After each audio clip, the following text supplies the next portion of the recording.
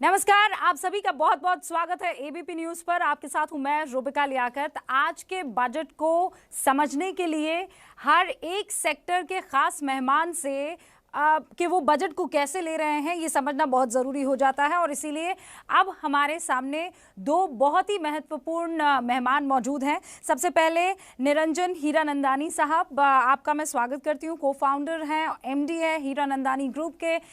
Happy to have you sir. और हमारे साथ विनीत अग्रवाल हैं जो कि प्रेसिडेंट है एसोचैम के, एमडी है टीसीआईएल के। आपका भी विनीत जी बहुत बहुत स्वागत है।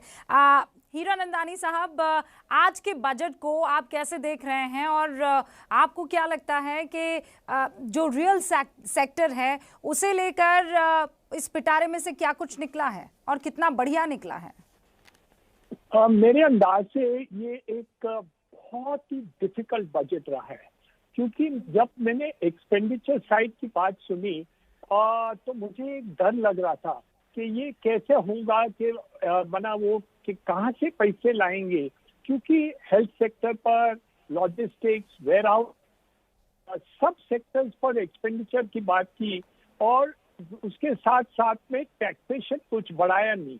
तो मुझे डर लग रहा था कि हर एक सेक्टर को वो टैक्सेस बढ़ा देंगे। वो नहीं हुआ, और फिर हमें पता पड़ा कि उन्होंने डिसइन्वेस्टमेंट के साथ और टोटल बोरोइंग के साथ उन्होंने डेफिसिट फाइनेंसिंग के द्वारा इनको बैलेंस किया है। तो मेरे अंदाज से ये बहुत बहुत अच्छी बात है। तो बहुत एक बड़ी बात रह गई कि इसका कैसे हम कर सकते हैं। तो एक पॉजिटिव न्यूज रहा है कि ये बैलेंस बजट जो किया है उसमें बहुत ही चमत्कारी बात हो गई है। हीरानंदानी साहब, आप कह रहे हैं ये बहुत ही बैलेंस बजट है, लेकिन आपको ये लगता है कि जो वो 11% की हमारी ग्रोथ जिसका कल इकोनॉमिक सर्वे में जिक्र किया गया था, वो आज के बजट से, आज के इन एलोकेशन से फीजिबल हो पाएगी? Is it doable? 10% हो या 11%, उसका महत्व नहीं है, लेकिन हमें ये देखना है कि ये एम्प्लॉयमेंट पर कैसे इसका बोझा आता है। आप जीडीपी जब 10% इंक्रीज हो जाता है तो क्या है कि जो सेक्टर्स, अनऑफिशियल सेक्टर्स हैं, जो जैसे ऑटोमोबाइल्स, ऑफिशियल सेक्टर्स हैं, रिकॉर्डिंग, सब हो जाता है कि उसमें बढ़ोतरी कितना है, कितना ग्रोथ है। लेकिन जो एमएसएमई है, जो अनऑफिशियल लोग हैं, वहाँ जो सेक्टर में पता नहीं पड़ता है कि कितना ग्रोथ होता है। तो ये 10 और 11% पर हम आ सकते हैं, ये हम एक्सपेंडिचर करेंगे। तो जो सरकार ने ये निश्चित किया है कि वो हेल्थ सेक्टर, दूसरे सेक्टर्स में उनका इन्वेस्टमेंट कर देंगे, road sector, infrastructure sector, housing sector, affordable housing segment में ये सब इन्वेस्टमेंट करेंगे, और उसके साथ जो ग्रोथ होगा उसका डाउनवर्ड इफेक्ट एम्प्लॉयमेंट के ऊपर भी हो जाएगा, और you will be able to balance the budget also and create GDP. ये दोनों बातें वो करना चाहती है। ये ऑफ कोर्स चैलेंजिंग, लेकिन एक पॉजिटिव आप देखें कि एक ये जनवरी के महीने में जीएसटी का कलेक्शन 1,20,000 करोड़ हो गया। तो ये तो बहुत बड़ी बात हो गई, क्योंकि हम ये उम्मीद नहीं रख रहे थे कि इतनी जल्दी जीएसटी की रिस्टोरेशन हो जाएगी, और हम 1,00,000 करोड़ के ऊपर सब लोग बात कर रहे थे। ये आज की तारीख में 1,20,000 करोड़ पहुंच गया। तो ये दिस इंडिकेट्स के जो फॉर्मल इकोनॉमी है उसकी एक वापस एक पटरी पर आ गई है। ऑफ कोर्स कोई सेगमेंट्स ऐसे हैं जहां अब तक बड़ी नहीं है, जैसे आप देखेंगे होटल्स, हॉस्पिटैलिटी, और ये सेक्टर्स में अभी भी बहुत ही कठिनाई और पेन है। तो कुछ सेक्टर्स को अभी भी राहत देने की आवश्यकता थी, जो हमें नहीं दिखी। तो हीरानंदानी साहब, आप ये कह रहे हैं कि आप इस बात की उम्मीद कर रहे थे कि हॉस्पिटैलिटी सेक्टर को लेकर कुछ जो है निर्मला सीतारमण छूट देंगी या किसी तरह की कोई सहायता उनको देने की कोशिश करेंगे, क्योंकि कहा यह जा रहा था कि ये वो सेक्टर है जिसे अभी कुछ और परेशानी हो सकती है, क्योंकि दुनिया भर में यही आलम इनफैक्ट बना हुआ है। हॉस्पिटैलिटी देखिए, कंस्ट्रक्शन सेक्टर देखिए, मीडिया देखिए, ये सब सेक्टर्स में काफी पेन है, आज भी कठिनाई है, और इसको चेंज करने के लिए हमें कुछ न कुछ इस पे इनपुट करने की थी, मैं समझता हूँ। लेकिन अब देखिए, वित्त मंत्री सब कुछ तो नहीं कर सकती, और शायद ये मैटर में उनको सेकंड प्रायोरिटी दी गई है क्योंकि वो दूसरे सेक्टर्स के ऊपर ज्यादा ध्यान दिया। यस, नेचुरली ये नाराजगी है। जैसे आप मिडिल क्लास हाउसिंग देखें या वो सेक्टर के हाउसिंग देखें, उम्मीद कहते हैं, उनको राहत नहीं दी।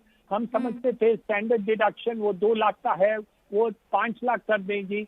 अफोर्डेबल हाउसिंग में उन्होंने 2 लाख का 3.5 लाख का जो बेनिफिट था और 1 साल तक और भी बढ़ा दिए है।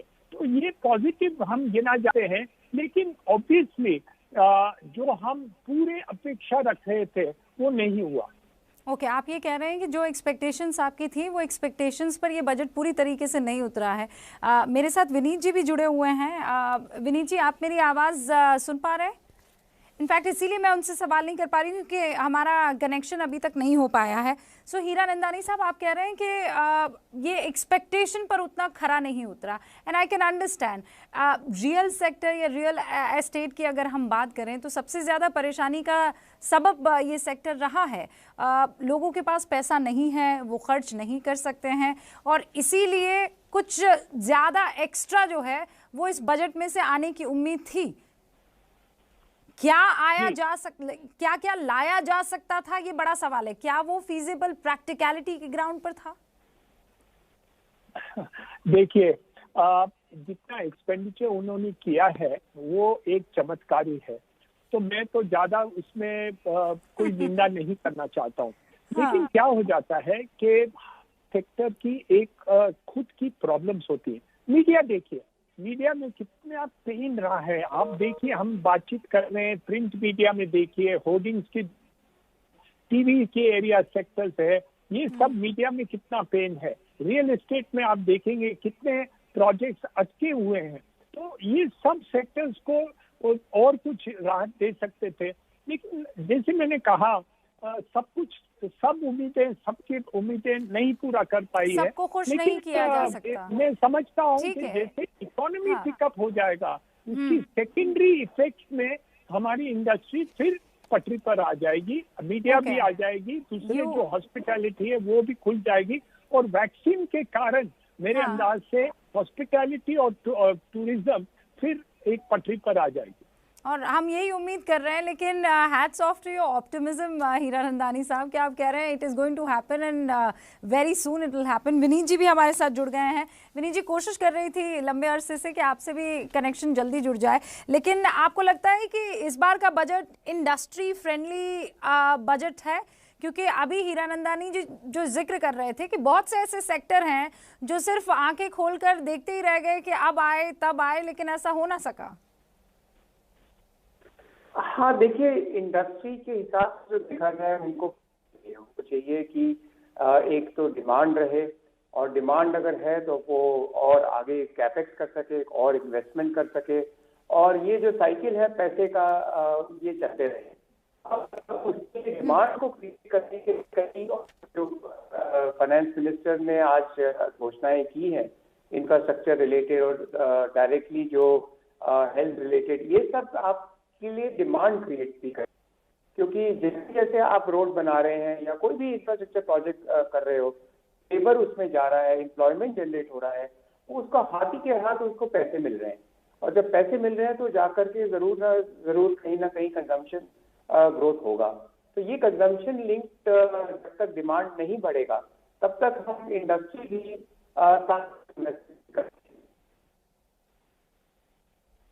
ओके विनीत जी, मैं आखिर की कुछ बातें आपकी नहीं सुन पाई हूँ। इनफैक्ट मेरे ख्याल से कुछ टेक्निकल प्रॉब्लम मेरे साइड से भी, लेकिन आप अगर मैं कहूँ बजट को किस तरीके से आंकेंगे और कितना रेट करेंगे, आउट ऑफ 10 कितना आप देंगे इस बजट को? मैं तो 8.5-9 के आसपास देना चाहूंगा इसको, क्योंकि मैंने देखा है कि इसमें काफी चीज ऐसी हैं जो ग्रोथ ओरिएंटेड है और फ्यूचर ओरिएंटेड है। 8.5-9। हीरानंदानी जी, आप कितना देंगे 10 में से? बस 7.5-8 दूंगा।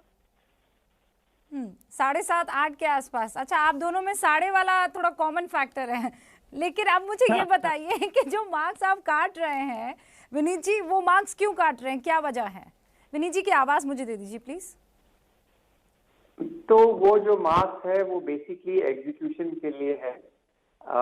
कई बार हमने देखा, हमने कई चीज अनाउंस होती है लेकिन वो फाइनली एग्जीक्यूट नहीं हो पाता है जिस इंटेंट से वो बनाया गया है।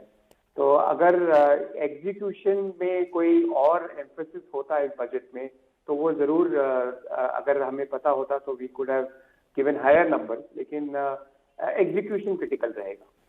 जी हीरानंदानी जी, आपने जो मार्क्स काटे हैं वो क्यों? देश की अपेक्षाएं काफी ज्यादा है। लोग ये समझते हैं कि हर क्षेत्र को ये राहत मिलनी चाहिए। जैसे हमने कहा, हॉस्पिटैलिटी की बात की, मीडिया की बात की, रियल एस्टेट की बात की, इसमें सब में क्या है कि इतनी कठिनाई 2020 में रही है कि परेशान हो गए हैं लोग, बेकार हो गए, रास्ते पर आ गए। उनका आज भी तारीख में मुंबई क्षेत्र में आप देखिए तो वो ट्रेन अब तक सबको सुविधा नहीं मिल रही है। तो ये कठिनाई बहुत ज्यादा है। तो हम यही समझते थे कि ये सब क्षेत्र के लोगों को कुछ और दे देंगे, लेकिन नहीं हुआ। तो हीरानंदानी जी, अगर मैं एक लाइन में ये काम किया वो बहुत सही कहा।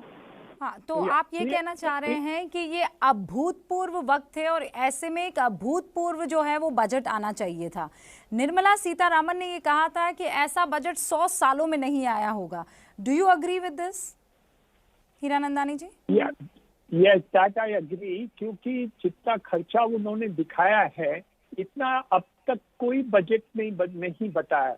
तो मेरे अंदाज से वो जो इंक्रीमेंटल बजट उन्होंने बताया है और 5 साल के अंदर वो कितना खर्चा करना चाहते हैं, वो मेरे अंदाज से ये प्रीवियस बजट, कोई भी बजट से इतनी अपेक्षा नहीं रखी कि इतना ज्यादा वो हर एक क्षेत्र में उन्होंने कहा ये 5 साल के अंदर हम ये खर्चा करेंगे, रोड्स के ऊपर करेंगे, और जो हेल्थ के ऊपर इतने साल में हम करेंगे। ये सब जो उन्होंने डायरेक्शन बताए, डिफेंस के बारे में बताए और बताए, वो मेरे अंदाज से ऐसे कभी हम अपेक्षा नहीं रखते थे कि वो सरकार, हम कहते थे, एसोचैम के प्रेसिडेंट हमारे विनीत साहब हैं और वो बताए, वो भी एसोचैम के द्वारा हमने कहा था कि ये इंफ्रास्ट्रक्चर के ऊपर जब तक आप जोर नहीं देंगे तब तक आगे कुछ उम्मीद हम नहीं रख सकते। लेकिन उन्होंने काफी इस इंफ्रास्ट्रक्चर के ऊपर जो जोर दिया है, मेरे अंदाज से इसका मल्टीप्लायर इफेक्ट बहुत अच्छा होगा। जो अफोर्डेबल हाउसिंग में उन्होंने जोर दिया है उसका मल्टीप्लायर इफेक्ट 260 इंडस्ट्रीज के ऊपर हो जाएगा और एम्प्लॉयमेंट के बारे में काफी ये रफ्तार से इंप्रूवमेंट हो गया है। तो मेरे अंदाज से इसका मल्टीप्लायर इफेक्ट के ऊपर सरकार और वित्त मंत्री भरोसा कर रही है कि इसके मल्टीप्लायर इफेक्ट और इकोनॉमी अपलिफ्ट ये जो डेफिसिट फाइनेंसिंग के हिसाब से कर रही है उसके मल्टीप्लायर इफेक्ट से इकोनॉमी पिकअप हो जाएगी। ओके तो विनीत साहब मुझे ये बताइए कि ये बड़ा लॉन्ग टर्म सोच के साथ जो है इस बजट को आपने देखा। निर्मला सीतारामन जब कह रही हैं कि इंफ्रास्ट्रक्चर में, उनसे जब पूछा भी गया तो उन्होंने एक ही बात कही कि मैंने इंफ्रास्ट्रक्चर में बहुत पैसा लगाया है। तो क्या आपको लगता है कि हमारी जो अर्थव्यवस्था जो कहा जा रहा है कि वी शेप रिकवरी ले रही है, ये वाकई उसी दिशा में जाती हुई नजर आ रही है? इससे रोजगार के इतने सृजन हो चलेंगे इंफ्रास्ट्रक्चर के चलते कि हम we will be back to where we are supposed to और probably better than where we are supposed to? देखिए, जो लॉस हुआ है हमारा बिकॉज ऑफ के कारण, वो लॉस को मेकअप करने के लिए हमें 1-2 साल तो जरूर लगेंगे। तो ये ग्रोथ ओरिएंटेड है फॉर श्योर बजट, और इंफ्रास्ट्रक्चर में जो स्पेंड है, जैसे हीरानंदानी जी ने भी अभी कहा कि मल्टीप्लायर इफेक्ट है इसका, ये तो फॉर श्योर गारंटीड है। साथ साथ इसमें कुछ अगर हम 1-2 पहलू देखें, जैसे कि प्रधानमंत्री ग्राम सड़क योजना, इसमें जो एक्सपेंडिचर होने जा रहा है, ये इसका एक और जो मल्टीप्लायर इफेक्ट है कि रूरल एम्प्लॉयमेंट बढ़ेगा, रूरल इनकम्स बढ़ेंगी, और जो सप्लाई चेन की बात हो रही है, एग्री सप्लाई चेन, ताकि फार्म से प्रोड्यूस जो है जल्दी और फार्मर्स को ज्यादा पैसे मिल सके, वैल्यू एडिशन हो सके एग्रीकल्चर सेक्टर का, इस पे मदद पड़ेगा। तो ये कई एरियाज हैं इंफ्रास्ट्रक्चर में जिसका कुछ कुछ इम्पैक्ट पड़ेगा, क्योंकि अगर हम सिर्फ रोड का ही देखें तो एक ही एरिया है, लेकिन उसके अलावा मेट्रो है, ठीक है, ब्रिजेस हैं वगैरह वगैरह। मैं आप दोनों को शुक्रिया कहूँ, उससे पहले एक सवाल और कॉमन है, मैं सवाल एक दफ़ा आप दोनों से पूछ लेती हूँ और एक एक करके आप लोगों से उसका जवाब ले लूँगी। डिसइन्वेस्टमेंट को लेकर आप लोग क्या राय रखते हैं? क्योंकि पॉलिटिकली इसे एक बहुत अच्छा मूव नहीं माना जाएगा। पॉलिटिकली मतलब ये कि फिर आपके जो विरोधी हैं, जो विपक्षी हैं, वो लगातार आपको इसको लेकर घेरेंगे कि अच्छा आपने तो इंडिया फॉर सेल जो है वो रख दिया है। हीरानंदानी जी, आप कैसे देख रहे हैं इसको? कोई भी रिफॉर्म आप कोई भी किसी भी देश में करेंगे, 1991 की जो रिफॉर्म्स आई थी उसकी भी काफी बॉम्बे क्लब की शिकायत होती थी। कोई भी रिफॉर्म शिकायत तो होगी, लेकिन हमें तो एक क्रांति करनी है जहां परिवर्तन की आवश्यकता है। ओके, आप क्रांति करनी है, परिवर्तन की आवश्यकता, और इसीलिए इसकी जरूरत है। ओके, विनीत साहब। हाँ, इसकी जरूरत है, पर लेकिन आप करें नहीं करें उसकी नेचुरली उसकी ऑपोजिशन तो होती ही है। कोई भी आप परिवर्तन करिए, कोई भी क्रांति आप करिए तो जरूर मेरे अंदाज से ऑपोजिशन होगा। लेकिन हमको तो we have to win the war, not the battle. Okay, got it Vineet sir. जिंदगी में बैटल सब नहीं जीतते, लेकिन हमको ऑलराइट, आई गेट इट। हाँ विनीत साहब, डाइवेस्टमेंट क्या, देखिए दो रूप है। एक तो है जो नॉन परफॉर्मिंग कंपनीज है, कंपेरेटिव होने के लिए अब उनके पास और कोई रास्ता नहीं है, we will have to and we have to do the divestment. और जो दूसरा है कुछ एसेट्स मोनेटाइजेशन है, वो डाइवेस्टमेंट नहीं है, वो एक तरह का फंड रेज है। वो जो आइटम है, वो जो रोड एसेट्स है या गैस पाइपलाइन एसेट्स है या डीएफसी है, वो एक एसेट मोनेटाइजेशन करके हम ओनरशिप गवर्नमेंट के पास अभी भी रहेगा। तो दो टाइप के डाइवेस्टमेंट है, एक में नॉन परफॉर्मिंग कंपनीज का और एक एसेट मोनेटाइजेशन का। तो ये दोनों चीज बहुत ही जरूरी है देश की प्रगति के लिए। ओके, बहुत बहुत शुक्रिया आप दोनों का हमारे साथ जुड़ने के लिए।